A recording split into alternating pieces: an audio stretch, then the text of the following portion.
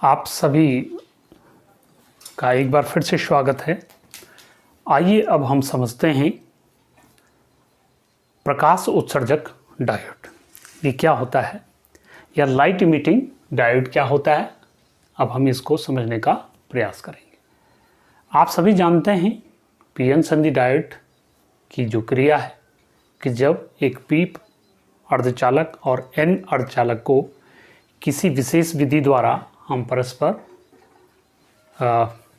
जोड़ते हैं या संयोग करते हैं तो इसे हम क्या बोलते हैं, पीएन संधि डायोड कहते हैं। दूसरी बात, अर्धचालक की क्रिया से भी आप पता है आपको कि एक ऐसा पदार्थ जिसकी चालकता चालक पदार्थ और अचालक पदार्थ के बीच में होती है उसे हम क्या बोलते हैं, अर्धचालक कहते हैं।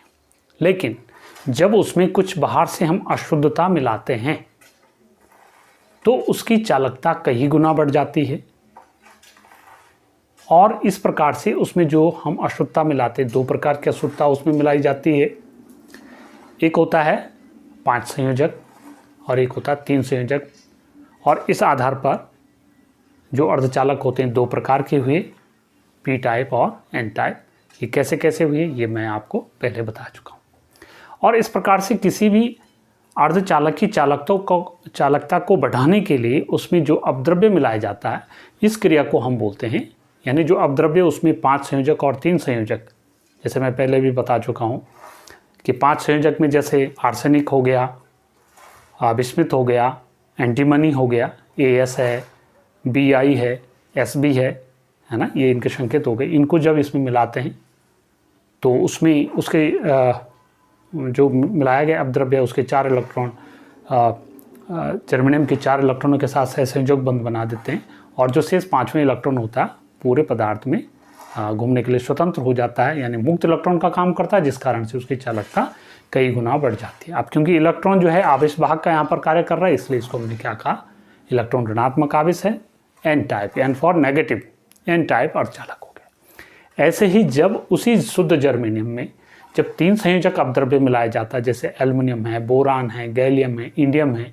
ये सब जो है मिलाए जाते हैं, तो मिलाए गए पदार्थ का एक परमाणु जर्मेनियम के एक परमाणु को विस्थापित करके उसकी जगह ले लेगा और उसके 3 इलेक्ट्रॉन जर्मेनियम के 3 इलेक्ट्रॉनों के साथ तो सहसंयोजक बंध बना देंगे। लेकिन जो चौथा स्थान होगा वो रिक्त बच जाएगा। जर्मेनियम के परमाणु के साथ सहसंयोजक करने के लिए इलेक्ट्रॉन का जो स्थान होगा वहाँ पर मिलाए गए पदार्थ के परमाणु का वो रिक्त स्थान बच जाएगा और वो रिक्त स्थान पॉजिटिव प्रकृति का, धनात्मक प्रकृति का होने के कारण दूसरे इलेक्ट्रॉन को अपनी ओर आकर्षित कर लेता है। ठीक है, जिस कारण से यानी वो धनात्मक कण ही जो है उसमें आवेश वाहक का कार्य करता है। तो ये सारी चीज़ें मैं आपको पहले बता चुका हूँ। लेकिन अब हम यहाँ पर समझेंगे कि प्रकाश उत्सर्जक डायोड क्या होता है। ये भी एक प्रकार का पीएन संधि ही डायोड होता है, लेकिन ये सामान्य पीएन संधि डायोड से थोड़ा सा अलग होता है। क्यों अलग होता है? क्योंकि इसमें जो हम मिश्रित या जो हम मिक्स कर रहे हैं, इसमें अपद्रव्य के रूप में जिस पदार्थ का मिक्सअप कर रहे हैं वो थोड़ा ज़्यादा मात्रा में इसमें मिश्रित किया जाता है, जिस कारण से ये बहुत ही सेंसिटिव हो जाता है प्रकाश के प्रति या विद्युत धारा के प्रति। ये जो है बहुत ही ज़्यादा संवेदनशील हो जाता है, जिस कारण से थोड़ा सा ही प्रकाश विद्युत थोड़ा सा ही स्रोत से मिलने वाली धारा को परिवर्तित करने से इसकी चालकता में कई गुना जो है परिवर्तन होता है सामान्य पीएन संधि डायोड से। क्लियर होगी बात? अब LED यानी लाइट इमिटिंग डायोड होता क्या है कि जब हम ये इसका संकेत चित्र है बेटा, ये आपने याद रखना है कि इस प्रकार से इसका संकेत चित्र है।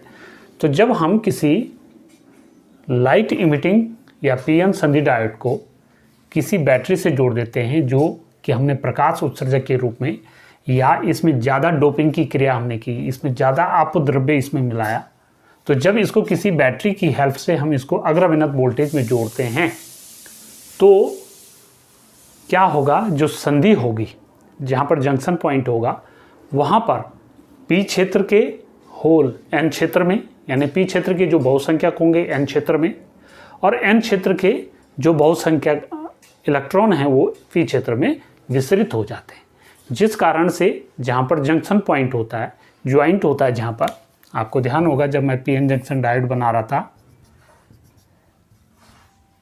तो यहाँ पर एक प्रकार से एक लेयर बन जाती है, यानी ये P हो गया, ये N हो गई, यहाँ के इलेक्ट्रॉन यहाँ आ गए, यहाँ के कोटर इधर चले गए। अब यहाँ पर P क्षेत्र में जो इलेक्ट्रॉन होंगे अल्पसंख्यक के रूप में और N क्षेत्र में जो कोटर होंगे अल्पसंख्यक के रूप में, उनकी एक जो है संधि के पास, यानी यहाँ पर क्या हो जाएंगे आप, यहाँ पर इलेक्ट्रॉन और यहाँ पर क्या हो जाएंगे कोटर, कोटर की एक जो है परत जैसे बन जाती है और उस परत को हम क्या बोलते हैं, अवक्षय परत। ठीक है, और इस कारण से ये फिर आगे क्या करेगा, आगे क्या करेगा कि यहाँ का जो अल्पसंख्यक है यहाँ के बहुसंख्यक के साथ ये क्या करेगा, संयोग करके परस्पर उदासीन हो जाएगा। और जब ये उदासीन होने की क्रिया होगी और यहाँ का जो कोटर होगा वो यहाँ के बहुसंख्यक यानी इलेक्ट्रॉन के साथ यहाँ क्या करेगा, संयोग करके परस्पर उदासीन हो जाएगा। तो जिस समय ये एक दूसरे को परस्पर उदासीन कर रहे हैं, यानी पी क्षेत्र का कोटर वहाँ के अल्पसंख्यक के संधि के पास संयोग करेगा, तो उस समय क्या हो जाएगा, ये जो बायसिंग बैटरी है हमारी, ठीक है, इससे मिलने वाली ऊर्जा को विकिरण ऊर्जा के रूप में जो है वातावरण में उत्सर्जित करेगा। एक बार फिर समझ लीजिए, जब हम ये सामान्य पीएन संधि डायोड की अपेक्षा ज़्यादा अपमिश्रित पीएन जंक्शन डायोड को एक लोड प्रतिरोध और एक बैटरी की सहायता से अग्रवर्णित वोल्टेज से जोड़ते हैं, तो संधि से आर पार जो बहुसंख्यक होते हैं, मेजॉरिटी चार्ज कैरियर जो होते हैं, P से N में, N से जो है P में चले जाते हैं, जिस कारण से संधि पर एक आवेशों की एक परत बन जाती है। अब P क्षेत्र में क्या होंगे, इलेक्ट्रॉन अल्पसंख्यक के रूप में, तो उनकी परत बन जाएगी P क्षेत्र में, और N क्षेत्र में कोटर की एक परत बन जाएगी। ठीक है, लेकिन ये परत ज़्यादा देर नहीं रहेगी। क्या होगा, P क्षेत्र में जो इलेक्ट्रॉन माइनॉरिटी चार्ज कैरियर होंगे, अल्पसंख्यक के रूप में होंगे, वो यहाँ के कोटर से संयोग करेंगे, या N क्षेत्र के जो इलेक्ट्रॉन होंगे यहाँ कोटर जो अल्पसंख्यक के रूप में होंगे उनके साथ संयोग करेंगे, जिस कारण से उस समय संयोग करने पर परस्पर जब उदासीन होंगे तो उस समय ये जो बैटरी से मिलने वाली वैद्युत ऊर्जा होगी वो जो है संधि डायोड से, जंक्शन पॉइंट से जो है विकिरण ऊर्जा के रूप में उत्सर्जित होगी। और वो विकिरण ऊर्जा के रूप में क्या हो सकता है, प्रकाश के रूप में उत्सर्जन हो सकता है। जैसे आपके घरों में जो LED बल्ब लगे होते हैं वो भी उसी क्रिया पर आधारित हैं, और वो अवरक्त विकिरण ऊर्जा के रूप में जो है उत्सर्जित हो सकते हैं, दृश्य विकिरण ऊर्जा के रूप में उत्सर्जित हो सकते हैं, और अनेक प्रकार की किरणों के रूप में उत्सर्जित हो सकते हैं। वो अलग अलग हिसाब से, उनकी इंटेंसिटी के हिसाब से उनको हम अलग अलग तरीके से बना सकते हैं। ठीक है, अब यहाँ पर आप एक दूसरा, ये तो था इसके बारे में, ये भी इसका ग्राफिकल रिप्रेजेंटेशन है। देखिए, क्योंकि जब पीएन जंक्शन डायोड को हम अग्रविनत वोल्टेज से जो है बैटरी से जोड़ते हैं, तो प्रारंभ में जब विसरण होता है, यानी बहुसंख्यकों का संधि के आर पार विसरण होता है, तो उस समय यहाँ से कोई भी कोटर या इलेक्ट्रॉन अपने अल्पसंख्यकों के से परस्पर संयोग नहीं करते, जिस कारण से धारा क्या हो जाती, शून्य होती। यानी ये जो डायोड होता है यहाँ से उसमें विकिरण के रूप में ऊर्जा का उत्सर्जन नहीं करता, यानी ये ऑफ पोजीशन में है, ऑफ पोजीशन में ही रहता। ठीक है, लेकिन जैसे ही वोल्टेज का मान एक निश्चित मान पर पहुंच जाता है, अगर वोल्टेज जिसको हम कह सकते हैं उस मान पर पहुंच जाता है, तो धारा का मान धीरे धीरे बढ़ना प्रारंभ हो जाता है।